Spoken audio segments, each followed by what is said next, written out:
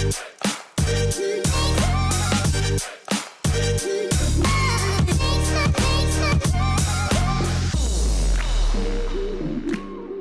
everybody and welcome to this week's Motor Trade Radio podcast, brought to you in association with eBay Motors Group. It is Saturday the 5th of June and you're joined by myself, Philip Nothard. And me, Curtis Hutchinson. This is episode 31, season 7 of Motor Trade Radio, bringing you all the chatter that matters. And once again, we've gathered together this week's big car retailing stories across the franchised and independent sectors for you to enjoy all in one place, on demand, on your podcast feed. So we've got the second in the series from Steve Whitton, who is going to be our regular partner now on the podcast on a fortnightly Men-Able moment. So great little bit of an interview with Steve today, just after the halfway point on today's podcast, and he's going to be talking about everything furlough. Throughout the pandemic, people being on furlough, and more importantly, he's sort of highlighting that furlough is now coming to the end at the end of September, and this is more about getting one's thinking about these people that have been on furlough, aren't they, and talking about what they've been doing, and the lifestyles may have changed throughout the time on furlough, and we need to recognise that when they're coming back into the business, that it's kind of I think Steve describes it as a reboarding rather than an onboarding process needs to be considered. But great little chat there with Steve for you to stay tuned and listen to halfway through. Yeah, definitely. And we are the podcast media partner for Men-Able, and this is part of our regular fortnightly series of Men-Able moments. And we've had some great press releases and messages and things this week, haven't we, as well? I mean, it's getting quite busy out there for us. Yeah, and we say this every week, but if you'd like to come on the show or have any news or press releases to share, then message Phil or myself on LinkedIn or Twitter, or email us at motortraderadio@yahoo.com. But as you say, plenty of social media chats last week, really on the back of the interview we did with Dash Gupta, because that seemed to go down incredibly well. Yeah, he was on form, wasn't he, for that interview. I mean, we could have had him on twice as long, couldn't we, and discuss things in a lot more detail. But I think we said it last week that he covering a lot of the big topics of the industry on that interview. So if you haven't listened to it, it's still available on your podcast feed. So do have a listen to that. It's a fantastic interview there with Dash Gupta, and like I say, talking everything from agency modelling to the pandemic, the recovery, the semiconductor challenges in the new vehicle market, etc. So do tune into that one if you've not already done so. But we have got some big headlines this week, and the biggest is probably going to be the new car and new van results that we've had in for the month of May. Yeah, we've only just had sight of both the car and van registration figures for May, so we'll talk about those in a moment. Other headlines this week: Stoneacre acquires RMB Motor Group. Cazoo expands into new car offers, including Tesla and Ford. Toyota and Lexus launch a 10-year warranty through a service-activated relax scheme. And staying with after-sales, Seat and Skoda offer aftercare plans for used cars. And finally this week, used prices are also on the bounce for toy cars. In fact, maybe we should have got Darren on to talk about this, but obviously he was talking about how used car values were shooting up last month, and indeed increasing this month. But we'll be looking at the Matchbox market. Yeah, man after my own heart, but we'll get to that towards the end of the show. So we can't not talk about the May, the results for new cars, and obviously we'll mention the vans as well. So as you say there, Curtis, the figures for May have come in at 156,737, which is nearly an 8-fold increase on the same period of last year, but still down compared to both 2019 and the 10-year average. But some interesting figures, particularly when we start looking at obviously the fuel type as well in the results. Yeah, and as we say every month, this requires a bit of context. So if we rewind to 2019 pre-pandemic, so that compares with 183,724 registrations in that particular month. So we're talking about a shortfall of just shy of 27,000 units, and that's down 14.6%. But within these figures, the plug-in vehicle market continues to rise, and it now accounts for 13.8% of registrations in 2021 so far. And you mentioned fuel, so I had a look at the monthly breakdown. So diesel, 9.9% of the market. Pure electric vehicles, 8.4%. So that gap is really, really closing. Hybrids are on 8.3%, and plug-in hybrids, 6.3%.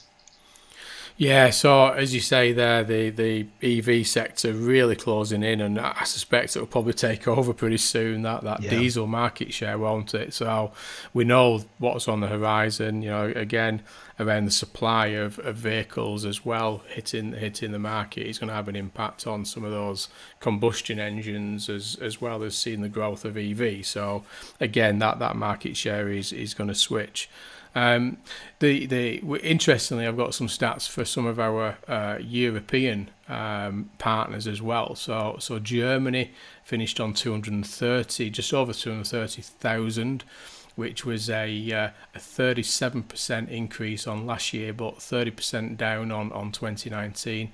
Italy up 43% with 143,000, just short of, and down 27% on 2019. France, 141,000, up 46%, and down 27% on 2019. And Spain, you get this number then, Curtis, they were up 177.5% compared to 2020 performance, but still down 24% versus their 2019 figures. So similar to the UK, Spain was hit fairly heavily in May of last year with only 34,000 registrations ahead of the UK with just over 20,000 registrations. So again, sure signs of recovery, but obviously a little bit constrained there with the supply constraints with semiconductor, the aluminium and rubber problems taken in the new car market.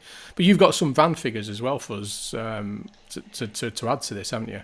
Yeah, so the van figures, we've only just had sight of these, and it's all good news, actually. It was the best May performance on record for the LCV market. So 4.7% up on pre-pandemic levels as the sector's confidence increases and goes beyond lockdown now. So within the month, 29,354 new vans were registered, and as I say, it's the best ever year-to-date growth with 157,150 vans registered in the first 5 months of the year.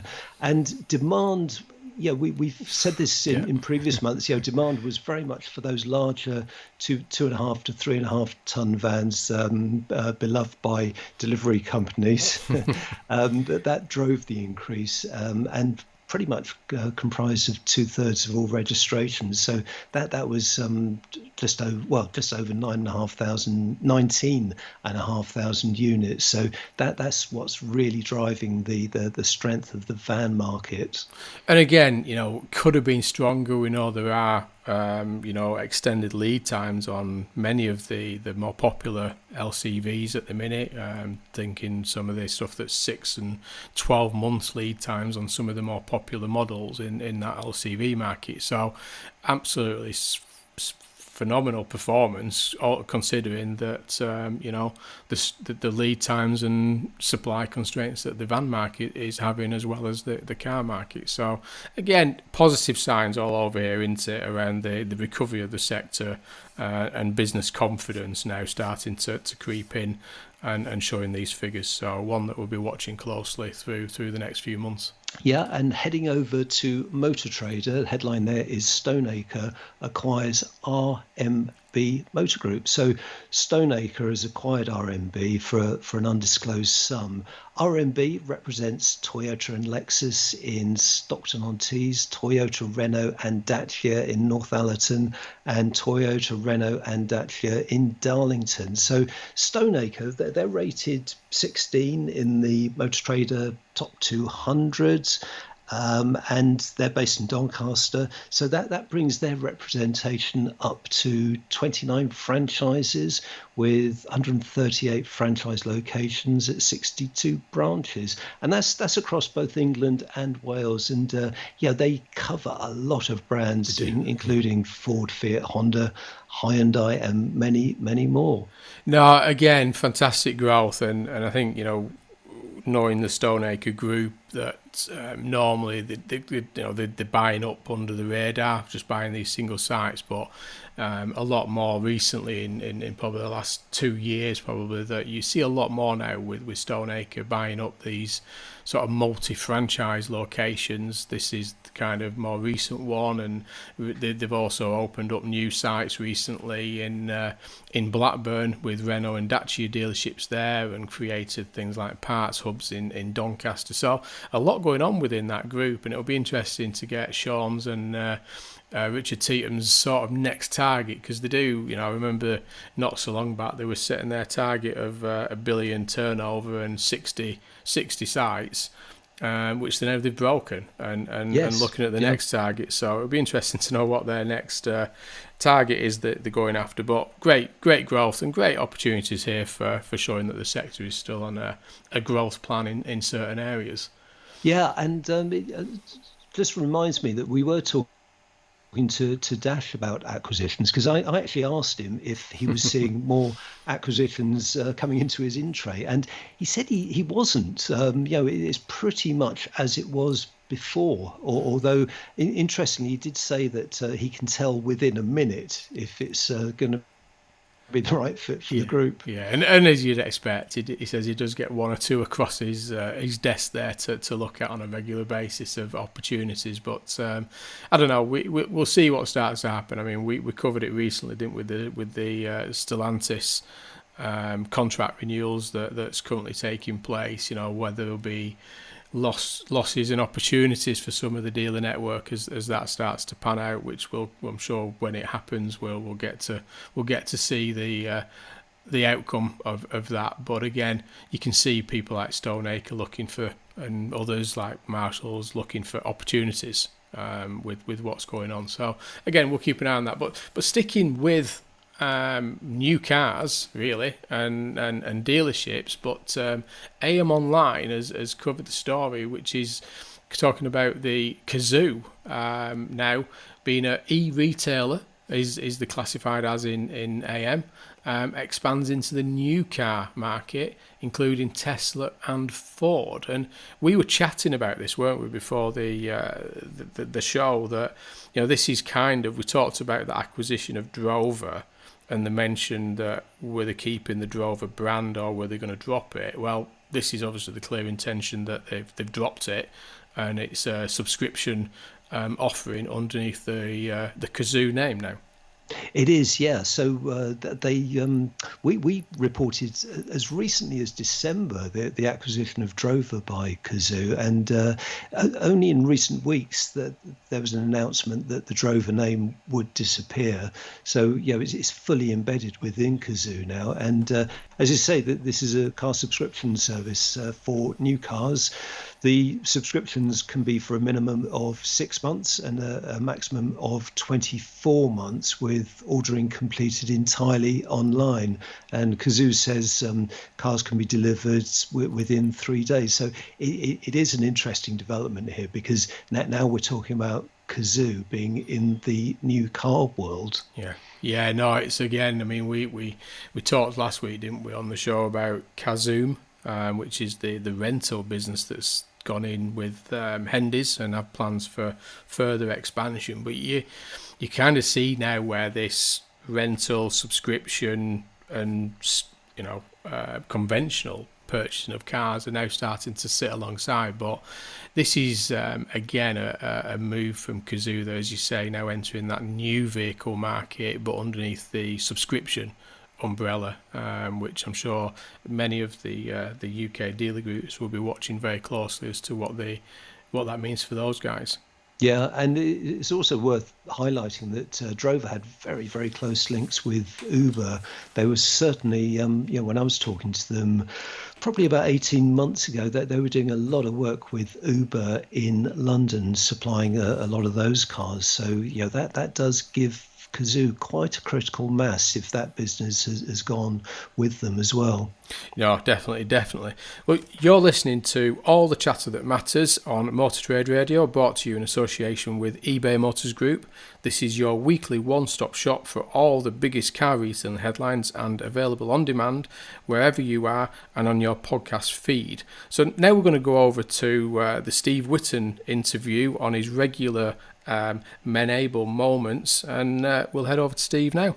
And this morning we're delighted to chat once again with Steve Whitton from Men-Able, who's going to talk through some of the issues around furlough. Morning, Steve. Hi, how you doing? You okay? All good here, thanks. How's things with you? Ask me one on history. Yeah, okay. It varies depending what day you ask, to be honest. Yeah. I can imagine. So I think the feedback from the last Men-Able moments was well received and got some of the listeners thinking about one or two things. So I think the fact that you're now on a fortnightly basis and just adding these little bits of snippets is well and truly appreciated and well received by the listeners. So thanks for this, Brilliant. Steve. No, you're more than welcome. I think the point is, we've all had an opportunity to have our thoughts provoked, haven't we, in the last year or so, and that's exactly what we aim to do through these Men-Able moments, interludes in your podcast. So Yeah, no, definitely. And as I mentioned, Steve, you're keen to talk about furlough, aren't you? Because that's an issue that's come up in conversation, a lot of your conversations this week. So what are your thoughts on furlough? What are you hearing? Well, it was prompted by conversations I had this week because I was actually taken by surprise, if I'm honest, because I think most people, if I think of the furlough scheme, I think my first thoughts a year or so ago, especially as the weather was nice, was that, that's a bit of enforced holiday and people enjoying sitting in the garden and having their breakfast on the terrace or whatever they do. But I've had some conversations with people and actually they found it really tough, and they're finding it tougher now because some people are starting to feel a little bit left out. Yeah. And I think that's a real tricky one for managers. Because the word at the beginning was, if your team are on furlough, you're not allowed to ask them to do anything. And I think some leaders and managers took that to mean you can't have any contact with them, almost like if they were off sick. And I think that has ended up with, and I mean, that's a big generalization because I do know there are some leaders and managers who are very, very good, and some businesses that have done really well at keeping in touch with their teams. But I think that's about consistency, and it's about making sure that your team, remain a team, even though some of them aren't physically present in the business. And I think there's two elements to it. I think there's for those that are on furlough, it's the effect it's having on them, that perhaps they feel a bit left out, perhaps they've developed new habits, of getting up a bit later in the day, or doing different things that they wouldn't normally have done. Maybe some of them have had to get alternative employment as well, because that's been allowed through this as well. And then I think on the other side, you've got the people that haven't been on furlough who have come back into a workplace that now looks a little bit different because there's probably only half as many people there. And they're potentially doing twice as much. And what advice have you been given? I mean, in terms of, because there is these different stages, aren't there? I mean, obviously, the furlough was right at the start, first lockdown. Businesses were looking at how many people and maximising that, getting people on furlough, and then obviously there was the return to some kind of activity, but there was still this sort of balance that not everybody came back, and then we went through this flexi furlough stage where you could bring some people back and start swapping them over and bring them back part-time, etc. And and now we've got the end of, or the current end of furlough, which I believe is the end of September.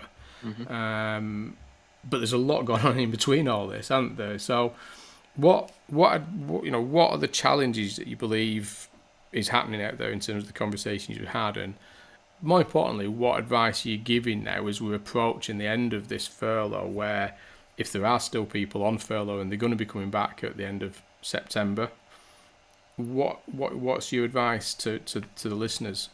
I think a key part of all of this, and I think this will become a recurring theme as we talk more and more about the whole mental health thing in general, is communication. It's about managers and leaders keeping in touch with their teams, making them feel that they are a part of what's going on, keeping them informed. And funnily enough, I'm actually doing a podcast directly after this with one of our members for exactly that reason, because they're very conscious that they've got people on furlough that they perhaps haven't spoken to for a while, and they want to make sure that everyone properly feels that they are a part of the purpose and the direction of the business. But also be aware that for every individual, it will be affecting them in different ways. I mean, some of the people I've spoken to this week, I was actually really quite surprised when they were saying, this furlough thing's really getting to me. It's starting to do my head in, because there were some people saying, I can't wait to get back to work because that's the normal that I'm used to. And others that were saying, I don't really know if I want to go back. And actually, the business is making redundancies and I've not heard anything. So I don't know if I've got a job to go back to. No one's told me anything, and I'm hearing rumours, and the jungle drums are banging, and it's all of that, and that's what made me sit back and think, wow, these are some things that we maybe hadn't even considered. And do you think social media's got a part to play? Because obviously you've got this direct communication, but also if they're not getting any communication, but they're actually still interacting with colleagues and watching things in the social media space, and like you say, that it gets the rumours or the assumptions and the worries starting to set in because they're reading things within the social space but not actually getting the direct communication from their company. Oh, spot on, Phil. I mean, I don't start me on social media. I mean, we jokingly said last week about me being all over it like a rash. And, the reality of that is I've had people who have said to me, wow, you're bucking the trend. You're more successful than anyone on. And I go, smoke and mirrors, mate. Yeah. Because the reality of what's going on for me is horrendous currently. We'll have another podcast about that at some point. Not that woe is me, but you're absolutely spot on. There are businesses that are going, wow, this is great. We're having record months and we're doing this and we're selling more cars than ever and we're making more profit than ever and so on and so on. But at the same time, you've got a load of people on furlough who are sitting at home seeing this stuff on their phone going, well, I'm not a part of that. Am I going back to that? Steve, in your experience, because you've made a couple of really interesting points here, and it's about that perception and reality. In your experience talking to different dealers, are dealers doing a reasonable job about keeping in touch with furloughed staff, even if it's the odds email, WhatsApp, whatever, how are you? Is that happening? Are you seeing that? I think, if I'm honest, the ones that are obviously working sort of directly with us, I would say yes. That's not because they're working directly with us; it's a mindset thing. It's making it evident that I've got to do stuff. But I think invariably there are going to be different approaches to this. We've got one business that are regularly doing quiz nights with everyone, regardless of whether you're on furlough or not. You're invited to a quiz night, and they send out a 20 quid Just Eat voucher for everyone to order a pizza or whatever they want whilst they're on the quiz night. So, it makes it inclusive. It gets everybody involved and collaborating, even if they are on furlough and just aware of what's going on. And you also made an interesting point, Steve, about staff who are back at work, back in the workshops, back in the showrooms, whatever, and some of their colleagues will still be on furlough. Is there a sense of some resentment there that they're still on furlough, they're not back in work, they're not back in the workplace? I think that's less so than it probably was in the second lockdown. I certainly Yeah. noticed some of that. There were people, especially as we had such a good summer last year, that I did hear people saying, that they'd said to their colleagues, "Oh, it's all right for you. You've just had 10 weeks off. I've been in here working the Yeah. opposites off." Yes. And I noticed it myself last week. I had my car serviced, and the 3 or 4 times it took me to go through the online, well, sort of the phone process of getting it booked in and everything. And every time I spoke to somebody, they were working from home. And then when it was collected, the actual service advisor brought the car back, and he was so apologetic that, we're rushed off our feet. We've got no drivers. He said, I've had to hoover it out myself because we've got no valeters. Yeah. And you could just see that the guy was, run ragged. And I thought, oh, bless you. I mean, I actually did drop his head of business a note and said, this guy's a credit to you. Yeah. But again, you just, have we thought that through is the question I would ask. Yes. That, Yeah. we run businesses lean anyway, but we're running it even more lean because we've got half our staff on furlough.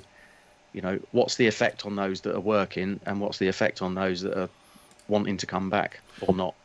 So just one thing before you shoot, that thinking of this end of furlough on the horizon, end of September, and as people start to build up with that, what one bit of advice should listeners to today's podcast be thinking about as we start to approach this end of furlough, in terms of this transitioning back in? Because you mentioned it earlier, the lifestyles, if they've been, it depends how long the employee's been on furlough, but the late starts, the late evenings, the different social life that they may have adapted to over this period. What should listeners be thinking of now? Well, I think if predominantly the listeners are leaders, managers, supervisors in the industry, I would be looking at all sorts of ways that we can make sure that teams, feel sort of properly, I suppose we could say reboarded, not onboarded because they're already part of the organisation, but, sort of welcomed back in, and have a think about what communications are we sending out? Are we doing? Or have we done? Have we kind of put people on furlough and maybe forgotten about them a little bit? And just bring everyone back in on a sort of, come on, let's sort of rev everyone up and almost like we're starting again and build the team. And there are people out there, I mean, I'll plug myself for a minute, but there are people out there can help with that if that's stuff that you're stuck on. Don't just expect that, you fling the doors open and suddenly you're back on furlough and everything's back to normal. Yeah, fun. Sorry, Curtis.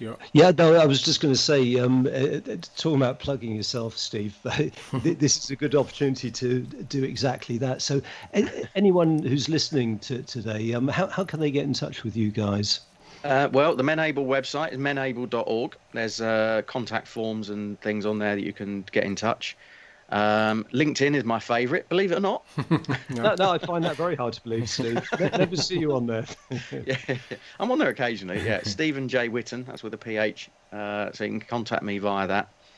And yeah, give us a shout. Either of those two methods, you can catch up with us quite easily. And we'd love to have a chat and help people out, really. That's what it's all about.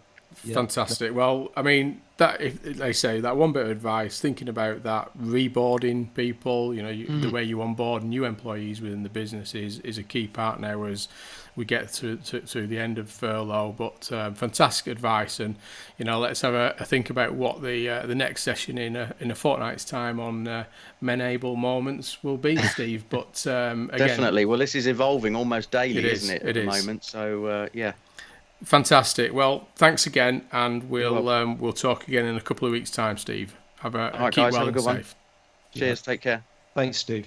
Again, there, Curtis. We mentioned it at the start there that some of them sort of snippets from Steve and the conversations he's been having recently with the network about people being on furlough and that sort of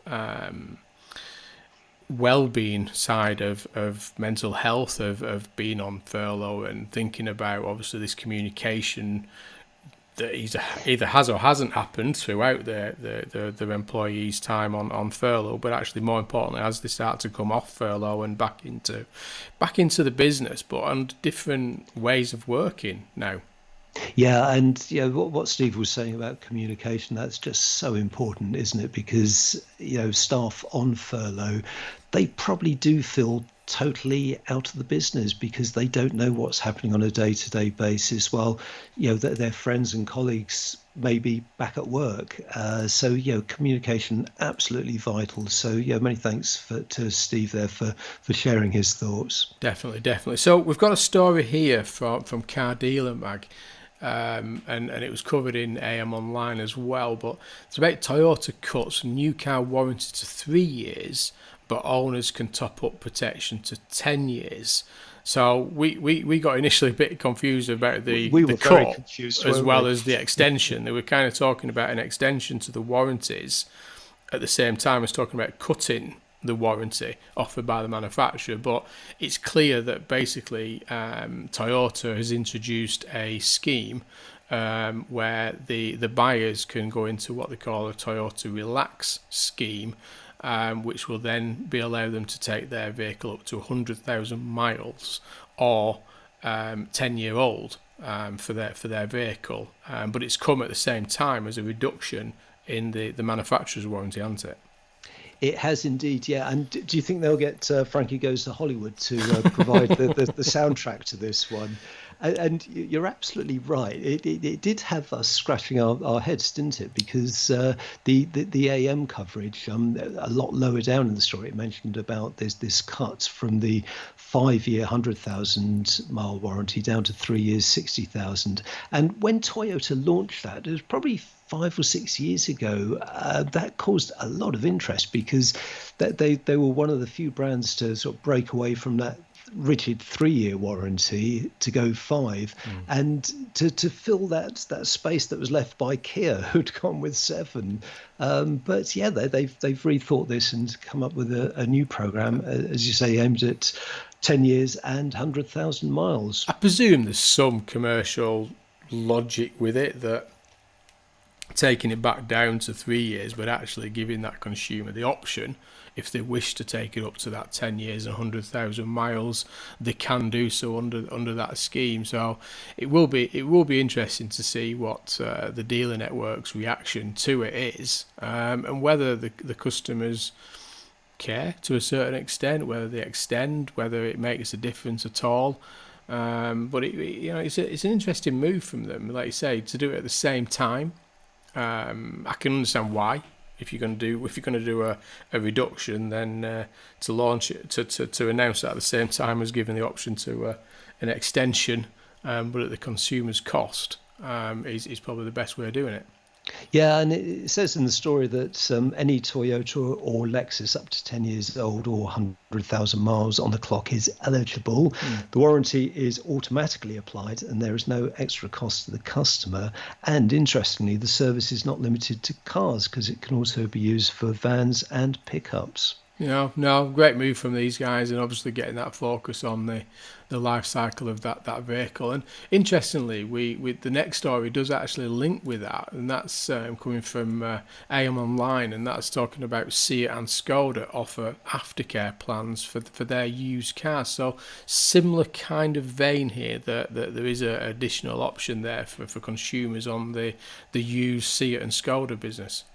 Yeah, so this is branded under the all-in aftercare plan, and it's for models aged 3 to 6 years. So AM described this as a retention boosting package, which is exactly what it is, and it includes 2 services, 2 MOT tests, and 2 years of roadside assistance. Customers also benefit from a 2-year warranty extension, and as you say, all-in is available on Seat and Skoda cars aged 3 to 6 years old with under 100,000 miles on the clock. So, and the scheme is open to all vehicles, including those bought outside of the respective dealer networks, which also applied to the previous Toyota Lexus story. So it doesn't matter where those cars were bought, they can be covered. No, and it's a great way. And I mean, obviously, you're thinking about this consumer engagement, this interaction between the retailer and the consumer, that those vehicles will require an inspection, but it's a free inspection that will establish the eligibility of that vehicle to go on to the scheme. So obviously making sure that it is on less than 100,000 miles and less than a 2 litre. So again, a great scheme and a great way of getting those consumers back in front of the retailers, really, and getting that engagement. Yeah, and that they've obviously worked hard on affordability, because it costs £32.99 per month, and SEAT says drivers can save an average of £782 over a 2-year period. So there's some real savings to be made there. Definitely. And as we said right at the start of the show, I mean, we've got a cracking on finally this week, and like you say, it's unfortunate we didn't have Darren on with this story just to get his view, and talking about the appreciation of used cars and etc., what's going in the market currently. But you found this story in This Is Money, and as always with This Is Money, the story's in the headlines. So Matchbox Giants, can say it correctly, Phil. Toy cars collection sparks worldwide bidding war, and the first batch has sold for a whopping £281,000. So, I mean, this is one staggering collection, and one guy, he's really put his heart and soul into this collection, hasn't he?